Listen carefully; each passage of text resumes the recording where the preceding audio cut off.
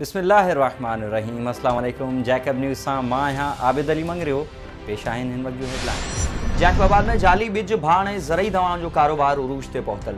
ज़रात खातो अघोर निंड पयल। डीलर्स पारां हाइब्रिड नाले सां चाइना जो नकली बिज विकिरो करण सबबि हारिन ऐं आबादगारनि जा लाह निकिरी विया। जैकबाबाद जे मुख़्तलिफ़ इलाइक़नि करीम बख्श, नूरवाह, कटा शाख समेत ॿियनि हंधनि ते 100 एकड़नि ते बीठल सारियालियो फसल पापड़ थी वियो। हारिन ऐं आबादगारनि खे करोड़े रुपयनि जो नुक़सान। ॻोठ रहमतुल्ला खोसो जे आबादगारनि ऐं हारिन पारां पापड़ थियल फसल जा बूटा खणी एहतजाज कयो वियो ऐं नकली बिज विकिरो कंदड़ डीलर्स ख़िलाफ़ सख़्त नारेबाज़ी कई वई। हारिन ऐं आबादगारनि अब्दुल फताह माची, मोहम्मद अयूब खोसो, अयाज सरकी ऐं ॿियनि दाहींदे चयो त ज़रात खाते जी नाअहली सबबि असांजो करोड़े रुपयनि जो नुक़सान थियो आहे। राब्तो करण ते एडिशनल डायरेक्टर ज़रात मुनीर अहमद जुमानी ॿुधायो त नकली बिज विकिरो कंदड़ डीलर्स ख़िलाफ़ कार्रवाई करण जो इख्तियार असां वटि न आहे। नकली बिज विकिरो कंदड़ डीलर माफ़िया ख़िलाफ़ कार्रवाई करण वफ़ाक़ी इदारे seed certificate and registration department जे इख्तियार में आहे। डीलर्स ख़िलाफ़ काफ़ी भेरा लेटर लिखण बावजूद वफ़ाक़ी इदारे जा अमलदार न पहुता आहिनि। शहर की जी मुस्तफ़ाबाद कॉलोनी में जवाबदार शफ़ीक अहमद सूमरो पारां कार तोहमत मड़े पंहिंजी ज़ाल ख़ालदा सूमरो मथा बदतरीन वहशियाणो तशद्दुद कुहाड़िन सां हमलो, कन कटे छॾिया। औरत अस्पताल दाख़िल। मुतासिरा औरत जी फ़रियाद ते पुलिस संदसि मुड़िस खे गिरफ़्तार करे वरितो। औरत पारां इंसाफ़ जी अपील।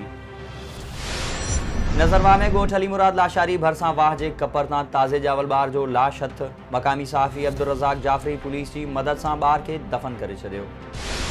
मुबारकपुर में ॻोठ मोहम्मद बख्श बिरोही वासिन जो अब्दुल सत्तार बिरोही, अमानुल्ला बिरोही, सनाउल्ला बिरोही, रहीम बख्श बिरोही ऐं ॿियनि जो प्रेस क्लब आरो खोसो बिरादरी जे बासर माण्हुनि ख़िलाफ़ एहतजाज। संदन चवण हो त खोसा बिरादरी जे बासर पारां पहिरियां पाण में थियल झेड़े वारे केस में असांजा नाला ॾिना विया। ठा थियण बाद नाला कढाइण बजाए कूड़े केसनि में फासाइण चाहे थो, जेका सरासर नाइंसाफ़ी आहे। हुननि चयो त झेड़े वारे केस मां नाला ख़ारिज कया वञनि ऐं कूड़े केस में फासाइण वारियूं साज़िशूं बंदि कयूं वञनि। शहर की वासण शबीता ओड पंहिंजे मुड़िस ऐं ॾेरनि जे ज़ुल्म खां तंग थी पेके पहुची वई। पीओ मंठार ओड ऐं अमर सां गॾिजी एहतजाज। शबीता ओड जो चवण हो त 6 साल अॻु ख़ैरपुर वासी दिलीप टोनी सां शादी कई। हू मूं ते पहिरें ॾींहं खां ई ज़ुल्म ऐं तशद्दुद कंदो हो। मूंखे ॿाहिरि निकिरण बि न ॾींदा हुआ ऐं न ई वरी माइटनि खे अचणु ॾींदा हुआ। दिलीप टोनी नफ़ीसा शाह जो नौकर आहे, जंहिंजे ज़ोर ते हू मुंहिंजे भाइरनि ऐं पीउ खे बि धमकियूं पियो ॾिए। मूंखे तलाक ॾियारी वञे ऐं टोनी ख़िलाफ़ कार्रवाई कई वञे। कोटडीजी मां 10 ॾींहं अॻु मासूम ॿारड़ी समेत अगवा थियल औरत जो पतो न पइजी सघियो। वारिसनि जो एहतजाज। हथियारबंदनि पारां ॻोठ जोगी में ॻोठाणे ग़ुलाम शबीर जोगी जे घर ते काह करे हथियारनि जे ज़ोर ते सोना ज़ेवर, मोबाइल फ़ोन ऐं रोक रक़म फुर करण बाद संदसि ज़ाल मुस्मात पठाणी ऐं 3 वरनि जी धीउ शकीला खे अगवा करे खणी विया हुआ, जंहिंजी वापसी ऐं जवाबदारनि जी गिरफ़्तारी लाइ जोगी बिरादरी जो ग़ुलाम शबीर जोगी, न्याज़ हुसैन जोगी, नदीम अली जोगी ऐं ॿियनि जी अॻवानी में ख़ैरपुर में एहतजाज। कंबर पुलिस पारां एमपीए नवाब सरदार खान चांडियो जे घर ते चढ़ाई ख़िलाफ़ समन सरकार जी चांडिया बिरादरी पारां नूर अहमद चांडियो, शरीफ चांडियो, गुल मोहम्मद चांडियो, इस्माइल चांडियो, कासिम चांडियो, कैसर चांडियो ऐं ॿियनि जी अॻवानी में एहतजाजी मुज़ाहिरो कयो वियो। चांडिया बिरादरी जो चवण हो त ग़ैबी देर में पुलिस चढ़ाई जो वॾे वज़ीर खे नोटिस वठी कार्रवाई करणु घुरिजे। तंगवाणी वेझो भिटाई कॉलोनी थाणे जी हद ॻोठ रमज़ान बुगटी में ज़मीन जे पुराणे तकरार तां बुगटी बिरादरी जी 2 धुरियुनि में झेड़ो। ज़फ़रुल्ला बुगटी धुर पारां हमले में ग़ुलाम नबी बुगटी धुर जा 3 ॼणा ज़ख़्मी। ज़ख़्मियुनि में ग़ुलाम नबी बुगटी, अल्लाह बख्श बुगटी ऐं अताउल्ला बुगटी शामिल। मुतासिर धुर पारां एहतजाज। जवाबदारनि जी गिरफ़्तारी जो मुतालबो। जमायत अहले सुन्नत जे मरकज़ी नाज़िम आला ऐं जमात सालिहीन जे बानी हज़रत पीर मोहम्मद ख़ालिद सुल्तान जैकबाबाद ऐं डेरा लायर में प्रेस कॉन्फ्रेंस कंदे चयो त फ्रांस पारां नबी करीम सल्लल्लाहु अलैहि वसल्लम जी शान में गुस्ताखी कंदे ख़ाका जारी करण ऐं फ्रांस जे सरबराह पारां बि साॻियो ई मौक़िफ़ इख़्तियार करण जी सख़्त लफ़्ज़नि में मज़म्मत करियूं था।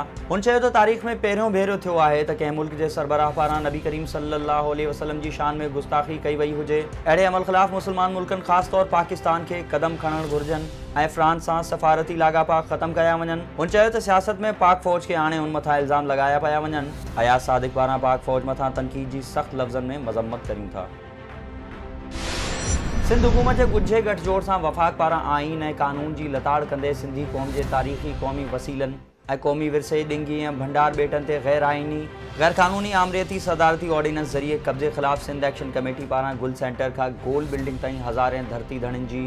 सिंध एक्शन कमेटी के कन्वीनियर सैयद जलाल महमूद शाह, अवामी तहरीक के मरकज़ी सदर डॉक्टर रसूल बख्श ख़ास खैली, सिंधियाणी तहरीक की मरकज़ी सदर सुभानी डाहिरी, सिंध तरक्की पसंद पार्टी के सरबराह डॉक्टर कादिर मक्सी, JUI सिंध के अगवान ताज मोहम्मद नाहियो, GA सिंध मवाज़ के चेयरमैन रियाज चांडियो, जसकम के चेयरमैन सनान कुरैशी, अवामी जमहूरी पार्टी के सदर विष्णुमल, अवामी वर्कर्स पार्टी के अगवान बख्शल थलो, नेशनल पार्टी सिंध के सदर ताज मरी, मसूर शाह बेन की अगवानी में एक ज़बरदस्त एहतजाजी रैली कढ़ी वई, जैका बाद में जलसे की शक्ल इख्तियार करे वई, जैके अगवानन खिताब कंदे चयो त वफ़ाक पारां असां खां लखे एकड़ सिंध जूं ज़रई ज़मीनूं फुरियूं वयूं, सिंधु दरिया फुरियो वियो, खरबे डॉलरनि जे मुल्क जी शहरी ज़मीन बहरिया टाउन, DHA सिटी, ज़ुल्फ़िकाराबाद ऐं ॿियनि मुख़्तलिफ़ रिहाइशी स्कीमनि जे नालनि ते फुरी वई, सिंध जा वॾा शहर फुरिया विया, ॿेट फुरिया पिया वञनि, समुंड ऐं उन जा किनारा फुरण जी उॻ में रिथाबंदियूं थी रहियूं आहिनि। सिंध खे विरहाए ॿ करे हिते इसराइल तर्ज़ जो नओं मुल्क ठाहिण जी साज़िश कई वई आहे।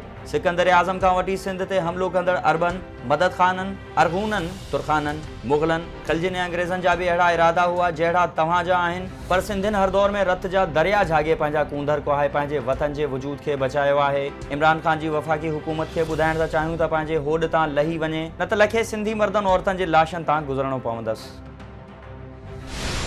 लोढरा भरसां क़ौमी शाहराह ते चिंची रक्षा कल्टी, 2 औरतनि ऐं 3 ॿारनि समेत 6 ॼणा ज़ख़्मी, ज़ख़्मियुनि में ठुलवासी शबीर ख़ान सूमर ऐं संदसि कुटुंब शामिल आहे।